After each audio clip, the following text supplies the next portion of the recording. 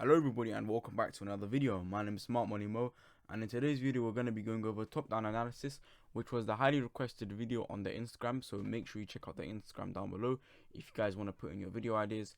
And yeah, let's begin. So top-down analysis. What exactly? So we're going to begin with trying to understand what exactly is top-down analysis for those of you who are beginners or unaware of what top-down analysis is, and those of you who have been having troubles with top-down analysis. We're going to be covering everything today, and I'm going to be using the real life chart examples after I go through the theory and the idea behind top-down analysis. So top-down analysis is the way of analysis in which you begin on the higher time frames and you work your way down the time frames to eventually find a trade, right? So essentially what we're doing is we're starting off with the higher time frame. We work our way down to the middle time frames, the 2 hour, 1 hour, so on and so forth, lower time frame, and then your entry, right? And we're going to go over this as well, so don't worry if you're a bit confused now. The main aim is that by using the higher time frame, we can understand that the higher time frame bias, and therefore are less likely to get stopped out, as we will be trading pro trend, right? If we are following a higher time frame bias, we are trading with the trend, right? So we're less likely to get stopped out. And lastly, by working our way down the time frames, we are able to get a smaller stop loss on the lower time frames and possibly enter on the 5 minute, 3 minute, 1 minute using a confirmation entry, which we'll be going over today, as I was using Wyckoff in my entry, right? And just one thing I said over here about pro trend, note that you do not always have to enter a pro trend trade. And I'll be releasing a video on market structures next after this one, which will explain exactly what I mean by pro trend, counter trend, and how to trade both sides of the market. But for now, let's stick to top down analysis, and let's continue. So the process. First of all, I'll start my analysis on the weekly time frame, right? Now what we're going to go over right now is, if I just get the pen tool out, we're going to go through the process of top down analysis, right? What time frames are we talking about? How do I start? Where does it end? So on and so forth, right? So first of all, we're going to start on the weekly time frame. So all of my analysis will start on the weekly time frame for top down analysis, and then we will identify some sort of trend. So we're talking bullish or bearish, right? Or price can be within a consolidation range, right? So yeah, let me just erase all ink.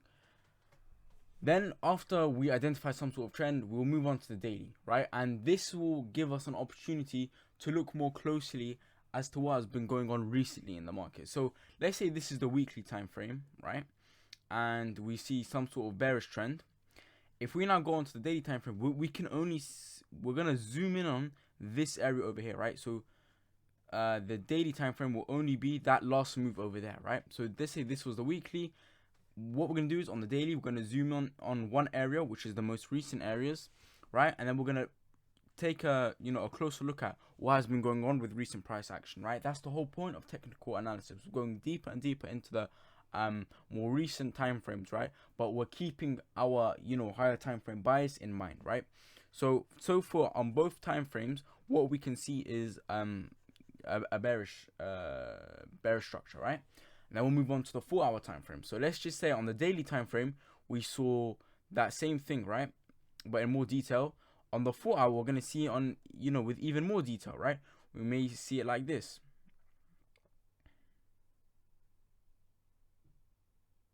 Right? Overall, we're still bearish. However, we can begin to see things in more detail. We can begin to see, some supply zones over here, maybe a couple supply zones here, some imbalance, so on and so forth. We begin to see the market in much more detail as we move along the time frames, and eventually we'll start finding opportunities to trade from, right? Some supply zones is what we're looking for, right? Because we've been consistent with our bias. We start off on the weekly, and I'll just put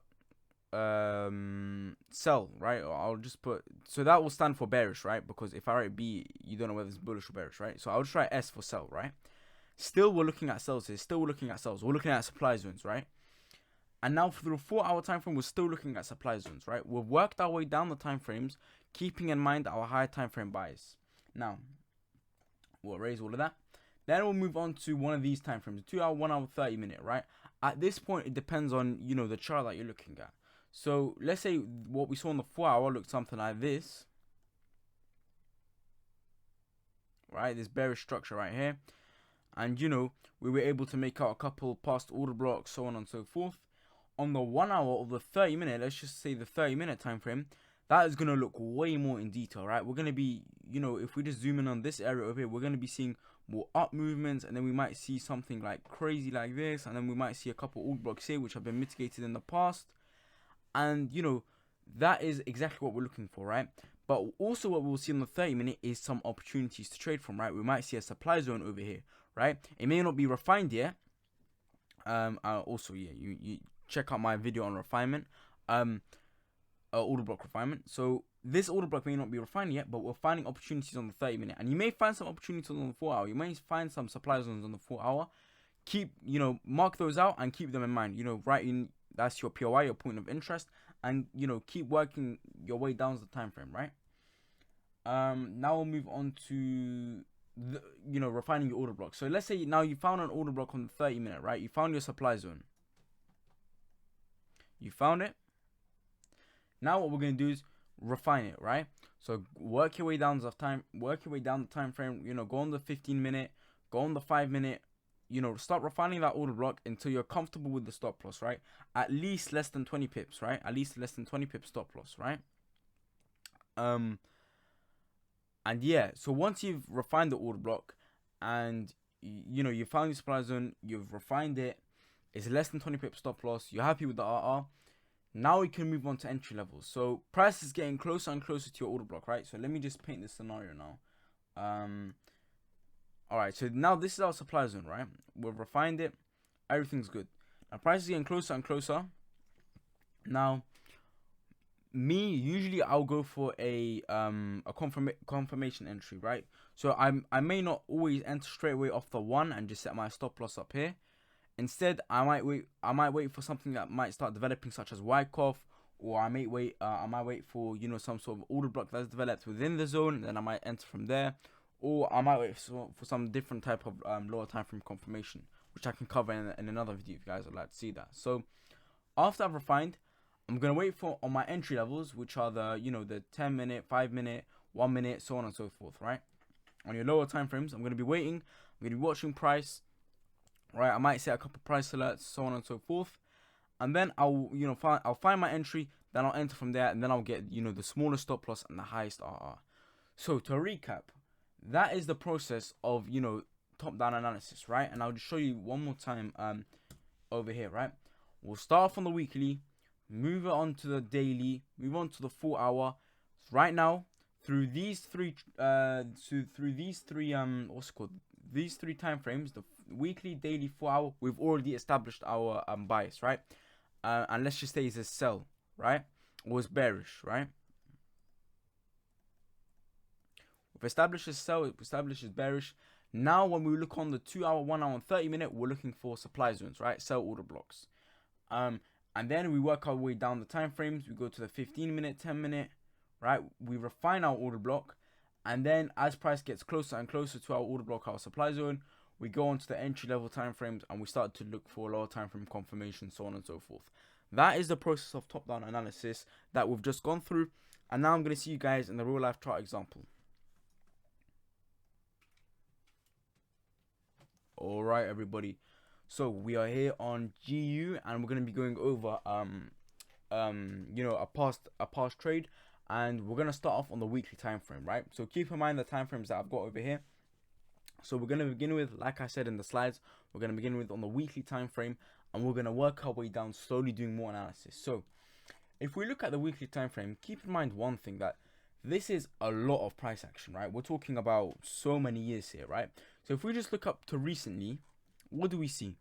First of all, excuse me. So first of all, what do we see, right? We've got this recent area of trend, right? If I just get this recent area of trend, we can see that price has, you know, been moving, you know, quite bearish, right? So we've got this high over here, then we move on to, you know, bearish structure, right?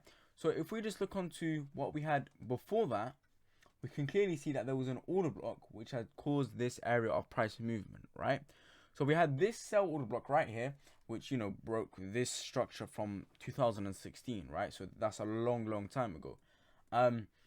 So yeah, this order block over here created in 2018 came, the mitigation happened, quite recently, right? In mid, so around the end of May, mid June, right? And we saw the mitigation of this order block, and then of course, as we're gonna see some bearish structure being created, because when an order block is mitigated, we expect reaction, right? So we've got the mitigation of this order block, and now we're expecting what's called reaction, right? And what do we see? We see bearish structure being created, right? So we'll just say this is our high, then we have our low, and then we have our lower low, and then our lower high, and then another lower low, lower high, lower low, low, so on and so forth, right? You guys know bearish structure, right? This is bearish structure. So now if we move on to the daily time frame, we can begin to look into more detail, right? So if I just draw out the boxes for you guys, right? So this is what we were identifying on the weekly time frame. We had this area over here, right? That's what we identified on the weekly time frame.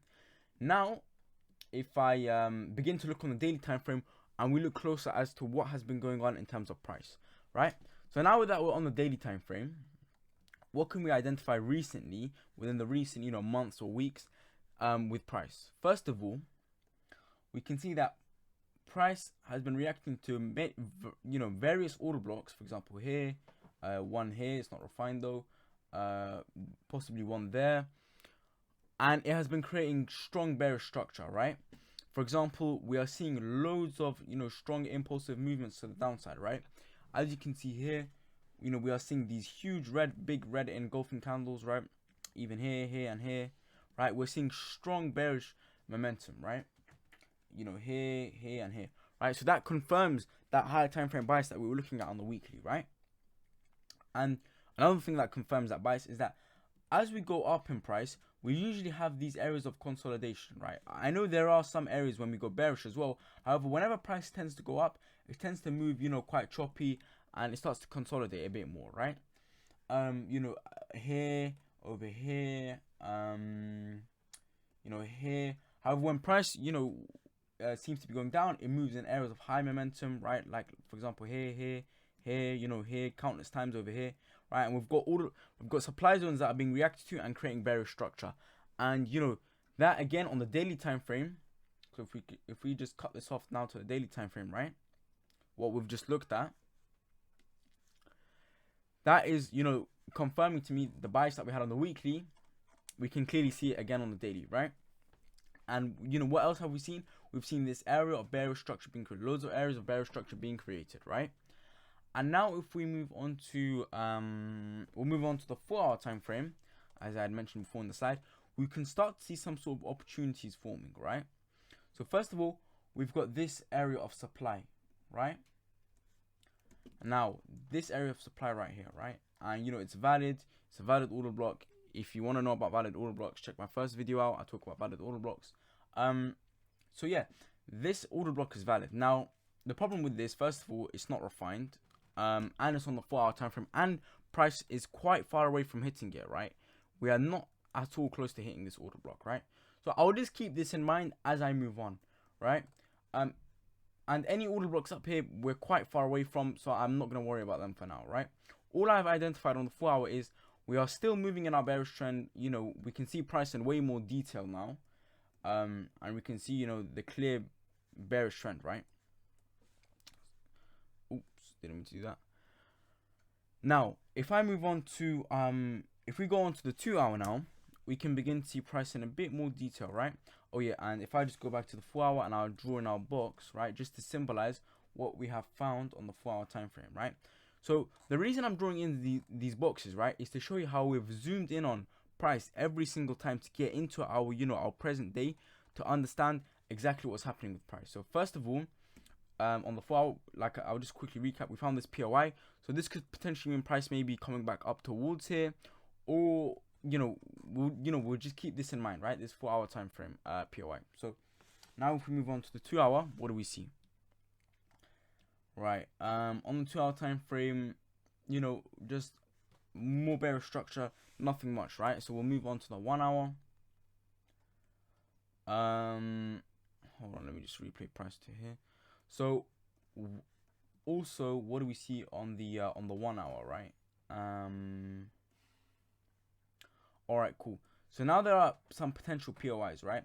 So this one quite recently got hit, right? And we saw reaction from it. However, there are also some above it. For example, this one over here, although it's not refined, that we couldn't expect some reaction from as well, right? So after this, takes its course, we see reaction from it. We can also expect reaction from this area over here because it's a valid zone, right? High momentum, break of structures to the downside, so on and so forth, right? So if we just play price, right? Oh, it's a bit too much.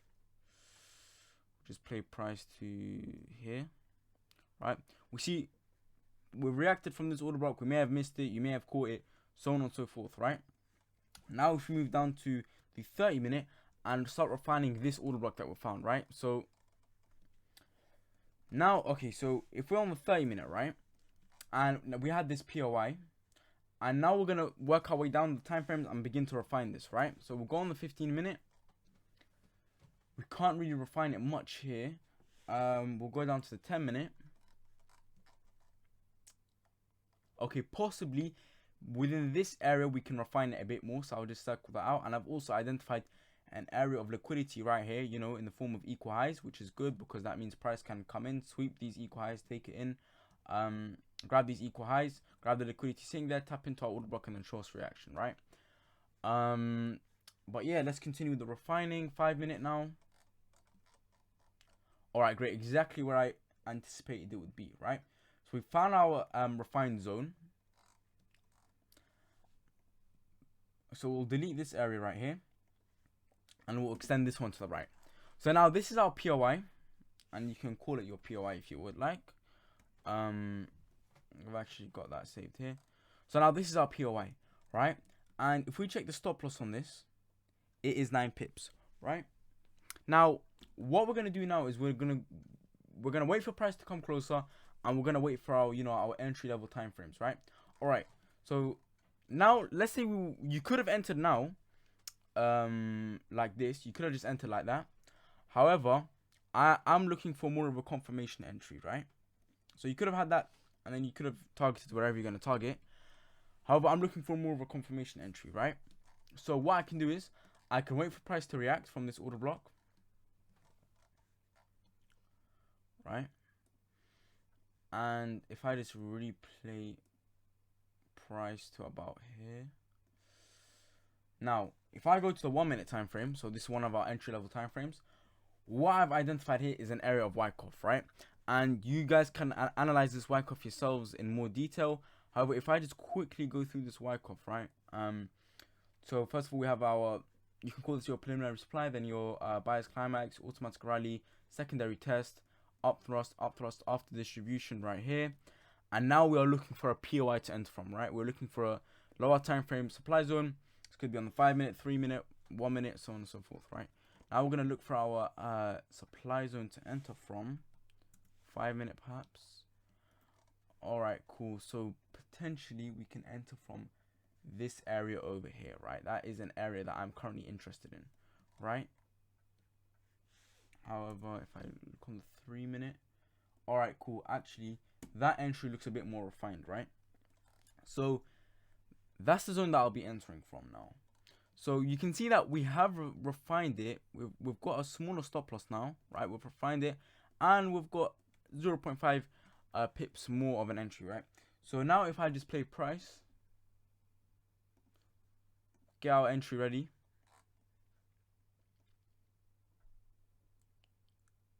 right? We'll get our targets as well. Target the bottom of this order block right there, and then we can just let this play. There we go. We've been tapped in. You probably actually could have got an even better time frame entry on the maybe on the 50-second or the 30-second, but I don't really mess around with the second time frames. But yeah, now if we just take a look at price reacting to our order block,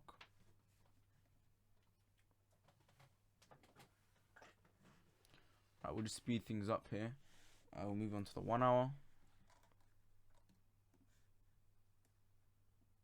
Oops, didn't mean to do that. Alright, and there we go. We hit take profit. So, to recap, that was the process of top-down analysis. I hope you guys enjoyed the video. I'll quickly go over, what we were looking at on the whole box thing, right? So we started off with the weekly. We moved on to the daily, right? And then we slowly shifted our focus deeper and deeper and deeper, right? We got our sell trend. Then we moved on to the daily. We saw how price had been, moving in sharp, sell side momentum, bearish momentum. And then we moved on to the 4 hour. We identified, a couple POIs. We saw this one was quite far away. Although price may be heading towards here, something like that. So we may be looking for buys as well.